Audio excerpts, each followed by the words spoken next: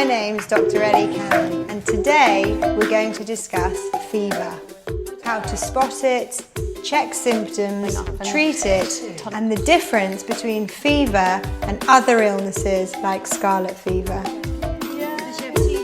With me today we have three mums. There is Gemma, who has a 2-year-old girl and is expecting another, Hannah with an 8-month-old, and Fiona with 4 kids between 5 and 9 years old.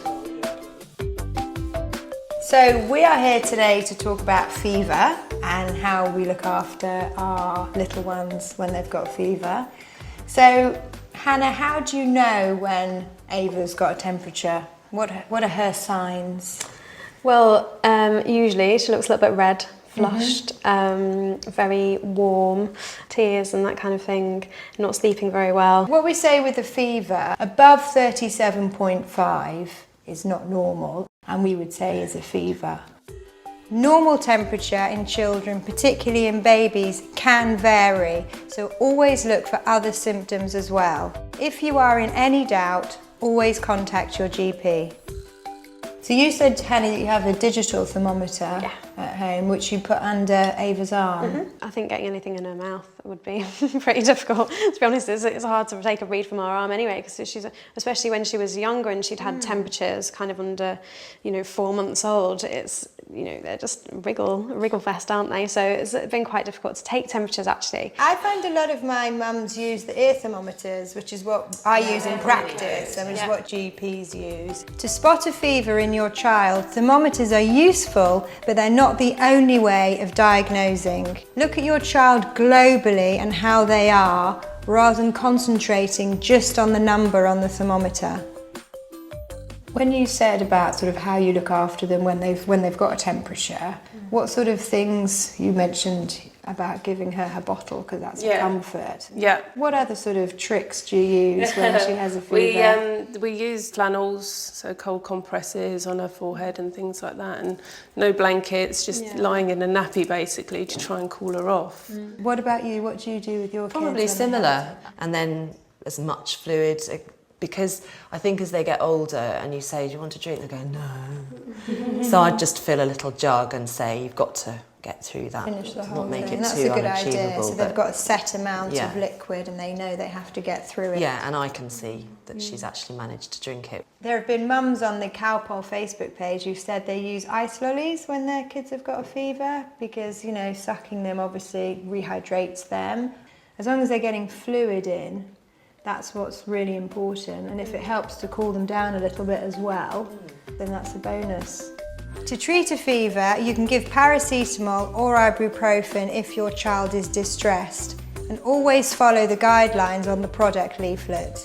Do not give another dose of liquid medicine if the child has just thrown up, as you don't know how much they've actually taken in. There are additional non-medicinal ways to alleviate the symptoms of a fever, such as using a cool flannel and giving plenty to drink. And don't forget, cuddles with mum or dad go a long way to help both of you. So obviously we're talking about when we've looked after our kids at home with a fever, but there are times, of course, when all of us, even GP like myself, will call a doctor, will call a GP. So what are the things that have made you call a doctor before? Well, it was when Flo's temperature went from 37, 38, 39 as it was creeping. It was the rising temperature, despite giving medicine. That was your sort of, doctors call that a red flag. What makes us think this isn't right, we need to seek help, a red flag. What sort of would your red flag be to call the doctor? Well, recently we had a bit of an episode. She was off her food, she wasn't sleeping, she was waking up in the night and crying, and we had the temperature too. We were like, something's not right. And I think it's like you said about the intuition. It's like you just feel like there's something not right, and we called the out of hours and ended up with an appointment. And she did need antibiotics. She had a kind of a throat infection and an ear infection as well. So we were like, oh no, should we have gone in earlier? But it's it is knowing when to call, isn't it?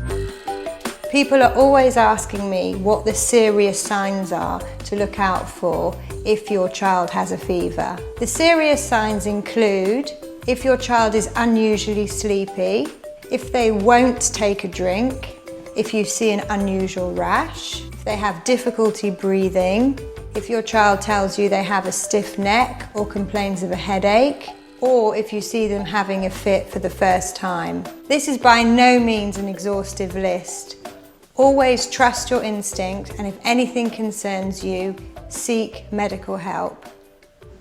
I have a lot of parents ask me about scarlet fever when we're talking about temperatures and fevers. Is that something any of you have had any experience of?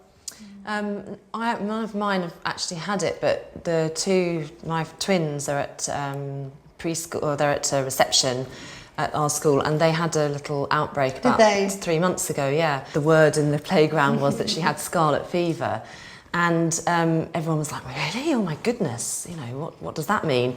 And she was back after about 3 days, Right. but I have to say, I haven't got a clue why she was diagnosed and what it was. Not many people. Do you guys know what scarlet fever is? No.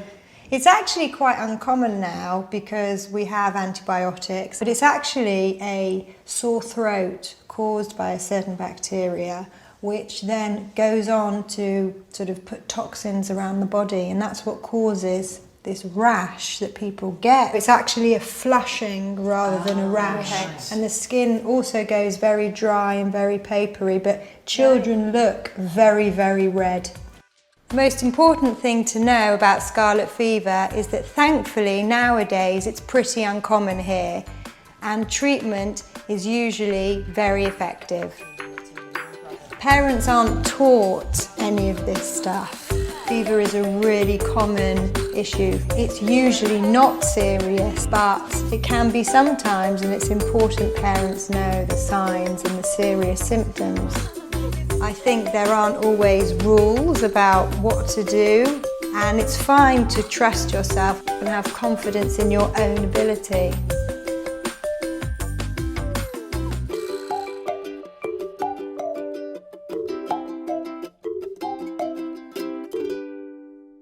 To treat a fever, you can give paracetamol or ibuprofen if your child is distressed.